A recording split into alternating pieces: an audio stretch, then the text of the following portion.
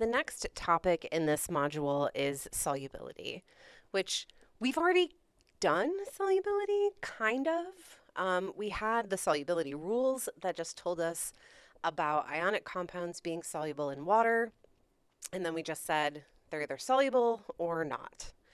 And that's that's all we've done so far. So that this is what it means to us. If we say soluble, we mean it dissolves in pure water. If we say insoluble, it doesn't.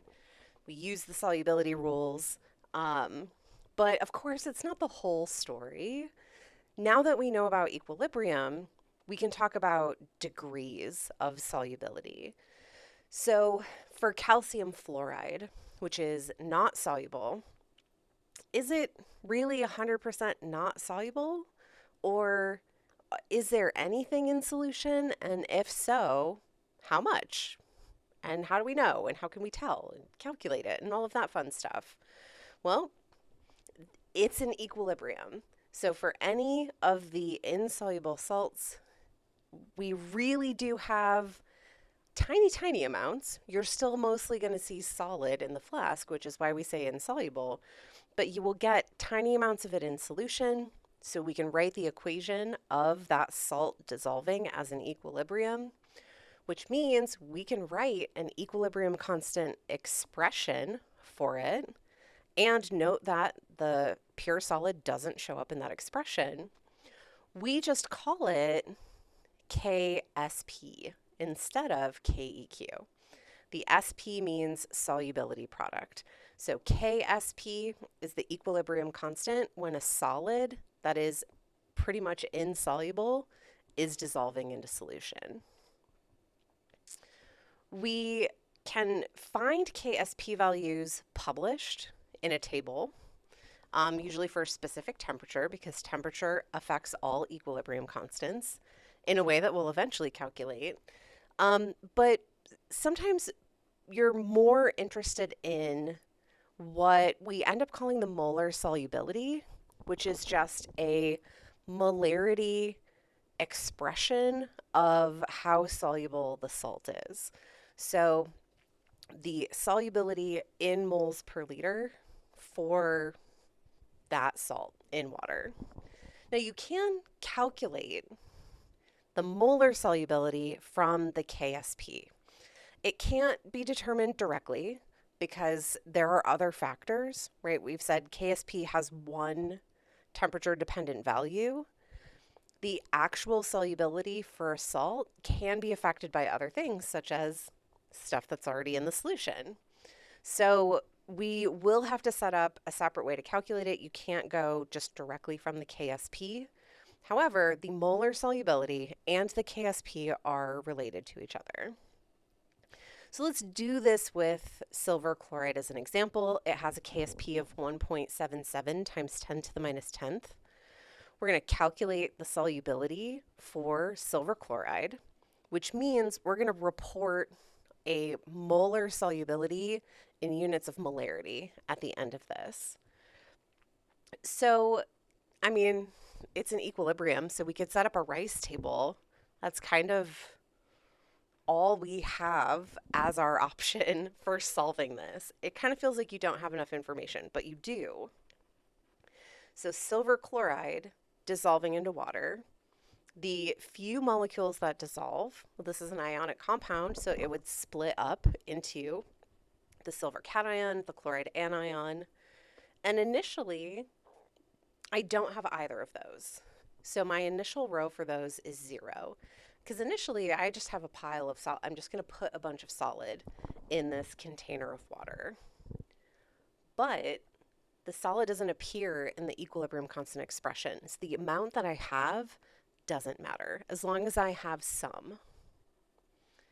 So my silver chloride column is just marked out because it doesn't contribute to the equilibrium. The change row, if I'm starting out with 0 for my products, my reaction has to move to the right.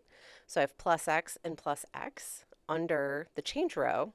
So at equilibrium, I have X and X. And when I find X, which would be just the chloride I'm going to say value here generically, or silver value, um, that is the molar solubility. So if I plug in those x values into my KSP expression, when I get x, it's 1.33 times 10 to the minus fifth. But remember, in a Rice table, we're dealing with concentrations, and my equilibrium constant expression for silver chloride is the concentration of silver times the concentration of chloride. So I will have molarity as the unit for the value that I'm finding. So what we would say is that the molar solubility of silver chloride is 1.33 times 10 to the minus fifth. I'm going to say in pure water is what I'm assuming, because we didn't have to start out with anything there. It's just water. You can dissolve that tiny little amount of silver chloride in water. All right, let's do lead chloride as an example. Well, officially lead 2 chloride, so that, right, we can just reinforce that this is exactly like doing the other equilibrium problems. So lead chloride dissolving, it would turn into lead 2 plus and 2Cl minus. Initially, I don't have anything, so my reaction would have to go to the right. Because of stoichiometry, I would make X under the lead 2 plus, and I would make 2X under the Cl minus. So at equilibrium, I have X and 2X, and putting that into the equilibrium constant expression, I would have the lead 2, which is just X, and then I would have the Cl minus, which is 2X, squared. So the 2X is under the parentheses, so I would end up with 4X cubed is equal to the KSP. So just like with the regular equilibrium problems, pay very, very careful attention to your coefficients and whether or not they get squared, cubed, whatever it is you need to do in your expression. So you would get an X value of 1.43 times 10 to the minus second. That is the molar solubility of lead chloride. So when you solve for X in the table, that is the molar solubility. If you have enough information, meaning you have the solubility, you can calculate the KSP. So the solubility of silver sulfate is 1.4 times 10 to the minus 2. Calculate the KSP. So now it's like we have the X values, and we just need to figure out where X is in the expression that we're trying to fill in. So silver sulfate is Ag2SO4. So going into solution would be 2 Ag plus and 1 SO42 minus. Initially it's 0.